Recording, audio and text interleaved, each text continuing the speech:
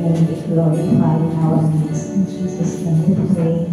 Amen. So before we start our worship, let's declare the goodness that God has done for us for a week or even just today. Pasalamat ako sa Panginoon kasi kahapon nag-day off na nasa Lusan. Pinaakyat ko siya doon sa bahay ng amo ko. And nakapagpahinga, nakalibre ng pagkain, nakatulog, naka-aircon pa. Salamat sa Panginoon at pinayari ni Ma'am Andel. Sabi ni Ma'am, pagka andun sa Pinas kapag mag-day off siya na wala siya mag-program sa Saturday, pwede siya doon makyat. Or pwede siya doon gawin niya yung linis lang, bayaran siya. Sabi ko, okay, Saturday ba, but pag Sunday sabi ko sa church siya. Pero kung if you really need her, sabi ko, makaakyat siya dito kapag 1:30 to 6. Sabi niya, okay.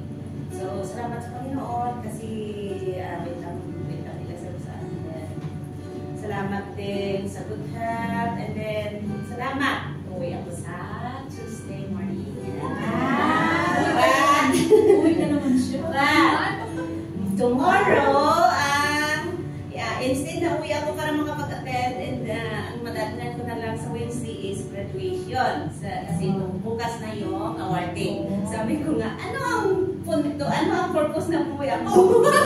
Sabi ko, wala na, kasi tapos na yung awarding. Sabi ko, ano ba yan? Sabi ni Justin, pagalitan ko pa sabi niya, kasi sabi kita dati, kasabay, yung graduating, sabay yung awarding doon sa Panason. Ngayon, sinabay nila sa moving up. So, walang maano, sabi niya, mama kahapon, sabi niya, nag-marcha tayo mo ko, sabi ko, ikaw na muna dyan. Ikaw na muna dyan, sabi ko. Sabi niya, sino lang ako. Okay, ayun sabi ko, salamat sa Panginoon, at least, kahit yung pera ko is kumplita, kinuha ko yung sagot ko ngayong buwan. Tapos wala na. Wala na iwan. Kasi kahit yan lang. Ako thankful din ako sa Panginoon dahil nakapagpahinga naman ako kasi umalis yung mga amo ko pupunta ng China. Pero yun lang. Every time na aalis sila, wala silang budget na iniiwan sa akin. Kaya tulong na ako ng tulong. Pagod-tuman. Oh, pero at least nakapagpahinga ako. Yun lang ang pinapasinumasan sa akin. Kasi at least naka-relax ako na wala din sila, ganun ba. Okay lang yung mga food kung wala din yung pinapalihan. Tapos, please pray sa pamangkin ko sila niyan sa hospital kagabi ng alas 2 ng madaling araw. Kasi bigla lang siya na pinatay. Siguro sa sa Pinas. Oo. Tinatanong nga ako ni JC ko, ma, for good ka na talaga. Mag-for good ka na talaga, ma. Sabi niya sa akin. Kasi sabi niya, ikaw mag-alaga kay baby Kobe. Sabi ko, mag-for good ako, mag-alaga din pala ako, sabi ko sa kanya. Kasi ang misis niya, papunta magkaano ng Japan sa caregiver. Sa akin daw niya. Sabi ko, hindi magpe-pray pa ako. Sabi niya, ano pang inaantay mo, ma? Sabi niya, ano pang mo gusto mo? Sabi ko, my Father in heaven, He knows the best for me. Yes. Sabi ko, ano pa rin? Ano yung kalooban ni Lord? Uwi ka sa Pilipinas, hindi mo ma-glorify, hindi ka makapag-focus doon para sa Panginoon. Pwede dito ako nagamit ng Lord Divinity, hindi ko nagkaroon Spirit. So, yun pa rin yung God, kita din. My Father in heaven knows best. Bisa na assistant ka na lang. Hindi na yan. Tapos na. Mas wawag lang ang pinagkas ka bata, you know? Huwag ko kasabit sa parang ikaw lang Okay, next. Isa pa. Ang galing na. Pero I think God talaga na-appreciate ng mga amo ko yung ginagawa ko. Pagkatapos, di ba, dumating na sila. naunang dumating yung babae. Tapos binuksan niya yung boat sa bahay. Umalis, naka-open ang boat. Sabi ko, hala, kung ano lang ako, kung magnanakaw or kung gusto kong yumaman kagad, pwede ko yung kunin lahat ng pera at iuwi na sa... We shall all stand as we sing praises and thanksgiving to our God.